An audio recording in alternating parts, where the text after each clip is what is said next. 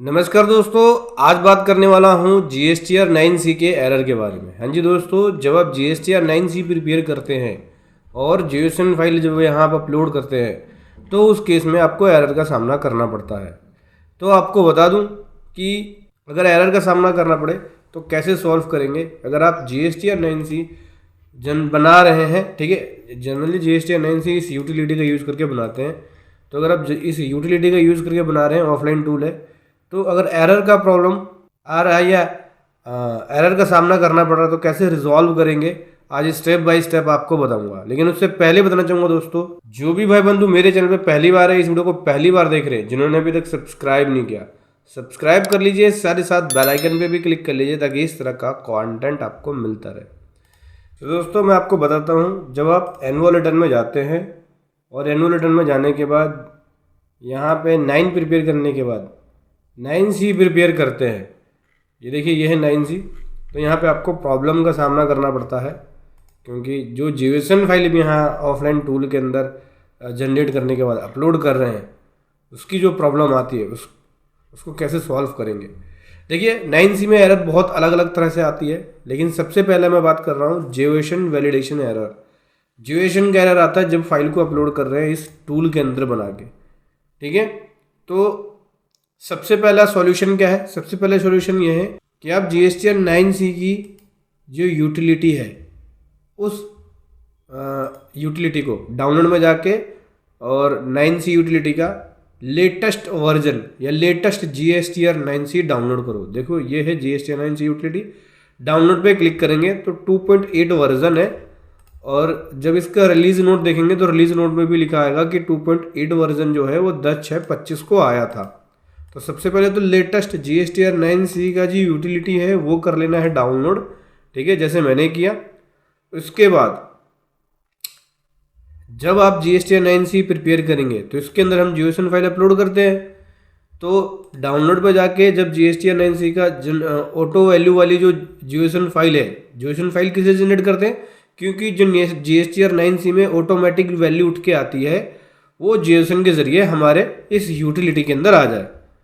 तो जब आप JSON फाइल डाउनलोड कर रहे हो JSON अपलोड करने के लिए, यहाँ पे ये देखिए होम पे जाके यहाँ अपलोड करते हैं, open GSTR 9C JSON file download from GST portal. यहाँ पे जब ओपन करोगे आप तो वो ऑटो वैल्यू होती है। तो जो JSON फाइल आप डाउनलोड कर रहे हो उसका ध्यान रखना है कि उस JSON फाइल को आपको गलती से भी notepad, word file, PDF, excel किसी भी फॉर्मेट में ओपन नहीं करना है, ठीक है। केवल इंपोर्ट करना है, वो भी इस यूटिलिटी के अंदर, क्योंकि जैसे ही आप ओपन कर लेते हो तो JSON फाइल वो एडिट समझी जाती है और जिस वजह से एरर का सामना करना पड़ता है।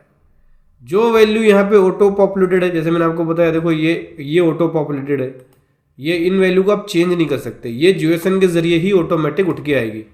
जो वैल्यू ऑटो पॉपुलेटेड है, जैसे ये देखिए ये वाली, तो ये वैल्यू जो आपकी आएगी, जो आपने 9 फाइल किया है, सबसे पहले तो आप ये ध्यान रखना 9C को फाइल करने से पहले GSTR 9 पोर्टल पे फाइल कर लेना होगा। फाइल करने के बाद यहाँ से JSON फाइल जनरेट कर लेना, देन उसके बाद इंपोर्ट करना ताकि ऑटो वैल्यू आपकी आए। और ऑटो वैल्यू जो आपकी आ रही है उसको ओवरराइड आप नहीं कर सकते हो।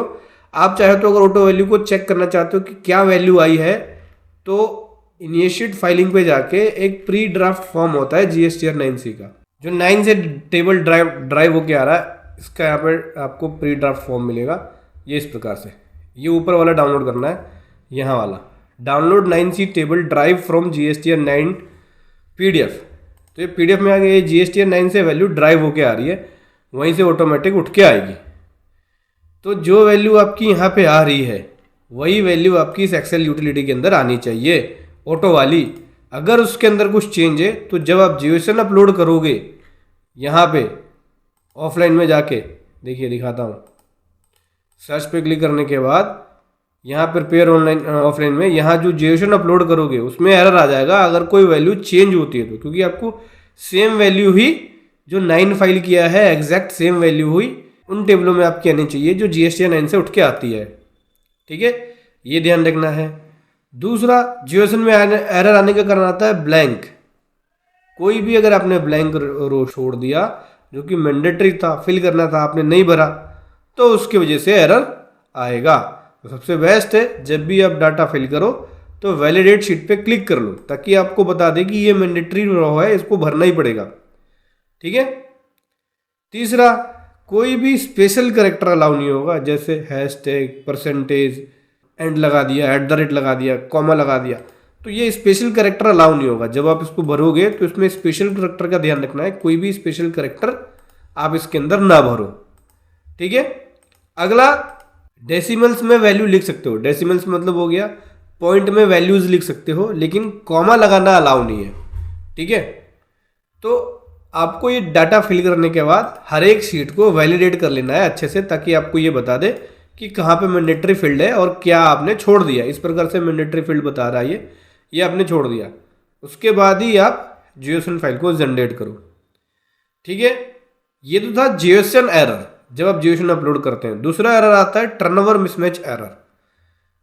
टर्नओवर मिसमैच एरर क्या है? ये आपके बुक्स के हिसाब से होता है कि जो आपने बुक्स के अंदर सेल दिखाई और जो आप 9 में दिखा रहे हो उसमें टर्नओवर का डिफरेंस आ रहा है। ठीक है।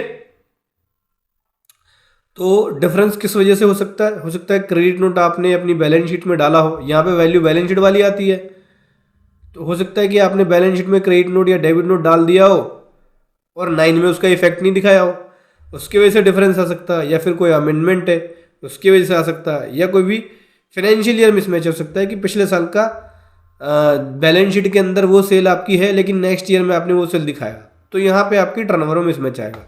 अगर टर्नओवर मिसमैच आता है तो अनरिकंसिलेशन बनेगा। तो अनरिकंसिलेशन बनता है तो यहाँ पे अनरिकंसिलेशन का आपको रीजन देना होता है कि किस वजह से बना है। तो सबसे पहले तो आपको 9C फाइल करने से पहले अपनी टर्नओवर रिकंसाइल कर लेनी होगी, क्योंकि यहाँ पे तो सेल जाएगी बैलेंस शीट वाली और ये सेल आएगी GST के हिसाब से। तो आपको टर्नओवर का एक रिकंसिलेशन बना लेना होगा अपने प्रॉफिट एंड लॉस अकाउंट के साथ। और अगर कोई डिफरेंस रहता है तो प्रॉपर आपको उसका रीजन देना होगा। जैसे कि आप बोलते हो कि मैंने पिछले साल का टैक्स नेक्स्ट ईयर में पे किया है, तो उसका आपको यहाँ डिटेल देना होगा। हालांकि 9 के अंदर एक टेबल होता है, अगर पिछले साल की रिपोर्ट नेक्स्ट ईयर में करते हो तो टेबल नंबर 10-11 यूज कर सकते हो, उसमें रिपोर्ट कर सकते हो, जिसकी वजह से आपका 9C में डिफरेंस 0 हो जाता है। लेकिन अगर आपने वहाँ रिपोर्ट नहीं किया, 9 फाइल हो गई और फिर भी यहाँ डिफरेंस बन रहा है, तो उसका प्रॉपर रीजनिंग आप टेबल नंबर 6 के अंदर यहाँ पे दे सकते हो कि किस वजह से बना है। अगर इसको खाली छोड़ दोगे और ऐसे ही JSON अपलोड कर दोगे या बना दोगे तो भी आपका एरर बन जाएगा, पोर्टल पे अपलोड फाइल लेगा नहीं। अगला आता है tax paid mismatch. Tax paid mismatch कहाँ पे मिलेगा आपको देखने को? 9 वाले टेबल में मिलेगा। यहाँ आपको अपनी सेल देनी होती है रेट वाइज कि कितने % की सेल है और कितना कितना टैक्स है वो, और यहाँ आता है जो आपने टैक्स पेड किया होगा एनुअल रिटर्न में, तो कितना आपने टैक्स पेड किया और कितना आपका पेबल बना, यहाँ पे फिर उसके बाद आपका डिफरेंस बन जाएगा। और अगर आपका डिफरेंस बनता है तो प्रॉपर आपको यहाँ पे रीजन देना होगा कि डिफरेंस किस वजह से बना है। अगर आपने पिछले साल का टैक्स नेक्स्ट ईयर में पे किया है तो उसकी रिपोर्टिंग भी 9 के अंदर एक ऑप्शन होता है 10-11, उसमें कर सकते हो। या अगर उसमें रिपोर्ट नहीं किया आपने तो आप 9C में यहाँ प्रॉपर रीजन दे सकते हो कि हमने इस ईयर के अंदर इस मंथ की 3B में ये टैक्स पे कर दिया है। ठीक है।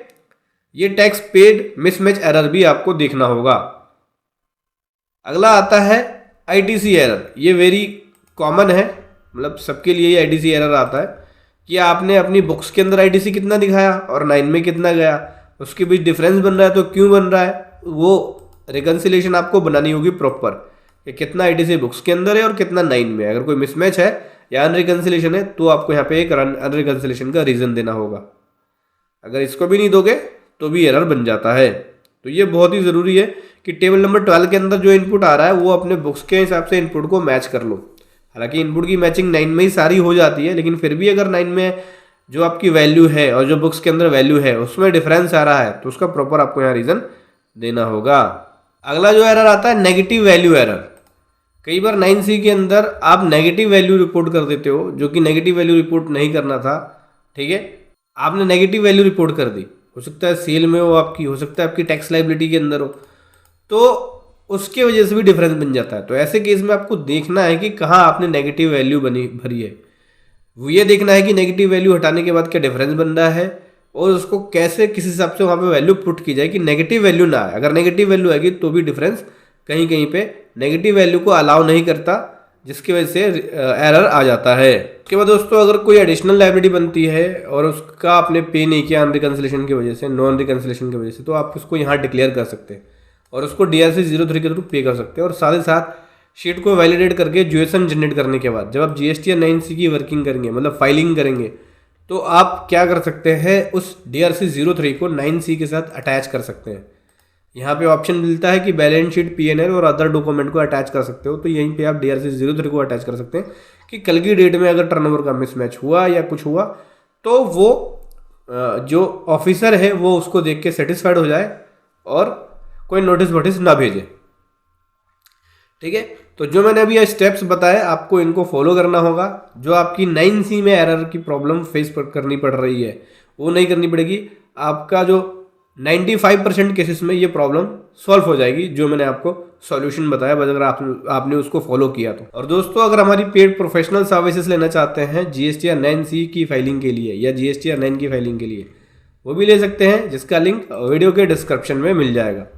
ठीक है, तो ये समझ गए आप कैसे 9C के एरर को सॉल्व करेंगे। इससे पहले मैंने GSTR 9 के एरर को सॉल्व करने का बताया हुआ है, अगर आपने वो वीडियो मिस कर दिया है तो जाके देख सकते हैं कि GSTR 9 के एरर को कैसे सॉल्व करना है। वीडियो कैसे लगी ज़रूर बताएं। Thank you so much. जय हिंद, वंदे मातरम।